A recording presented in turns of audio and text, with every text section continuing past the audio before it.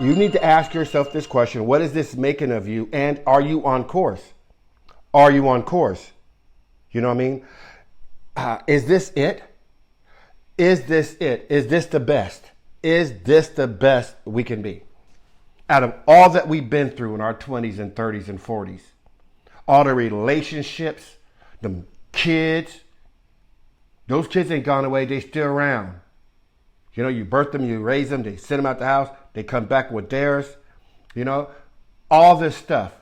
We've worked and we have slaved and we even worked harder on that hourly, bourly job that we can't stand, harder than our own health, harder than our own selves.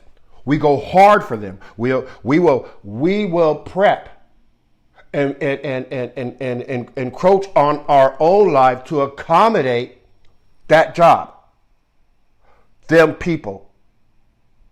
You understand what I'm saying? We'll do that. Then when we sit back and say, hey, this is the time for us to address our tears, you know, and to address all those boo-hoo moments and say, Lord, I'm ready to address this. When can I step my game up? When can we, go to the next level?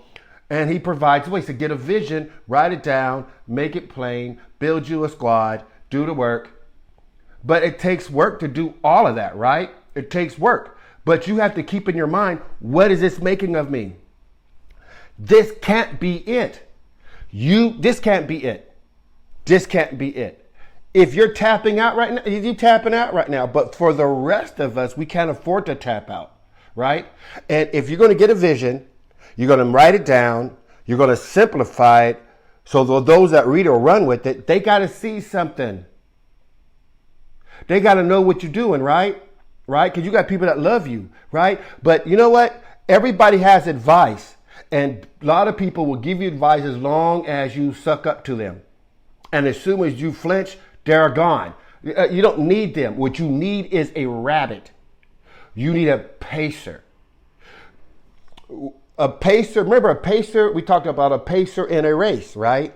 And pacers are hired people that keep pace. And there are certain pacers, professional runners, that are paid to travel the world, to jump into races and to help people break records or improve their game, right? There are some pacers that are so dope, they only work with the best. However, this what blew my mind even today. I've learned that there are some people that have the ability to burn out pacers. Yes, these guys that are paid to travel the earth to join races, they're not paid to win. They're just paid to keep a pace, run a certain pace, so that person that's paid for them will meet them at a certain time along the track, and they'll start working for the record or whatever, their record pacing set pace or the world record. Today I was watching with Chris and I earlier this morning about a particular gentleman who has been breaking all these super world records, and they hired the best of the best of the best. Some people they hired, even for this last group, weren't professional pacers. These were professional runners that decided to be pacers so this guy can shatter this record. This man ran so hard that he burnt out every single one of his pacers. He burnt them out. The last strip, his pacers was trying to make it to the next stop, the next light as they were running.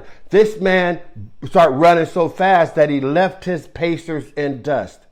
There are going to be times where people, you roll with people and you're going to leave them. Not because they're weak, not because not because, you just had one of good days. It's just that you have acquired the disciplines and you have challenged yourself and you have challenged your own status quo and you push yourself beyond the limits that challenged everybody else's. When you push yourself, it's going to challenge people. For real. When you are really working on yourself, you're going to challenge people because you're going to start playing by different sets of rules.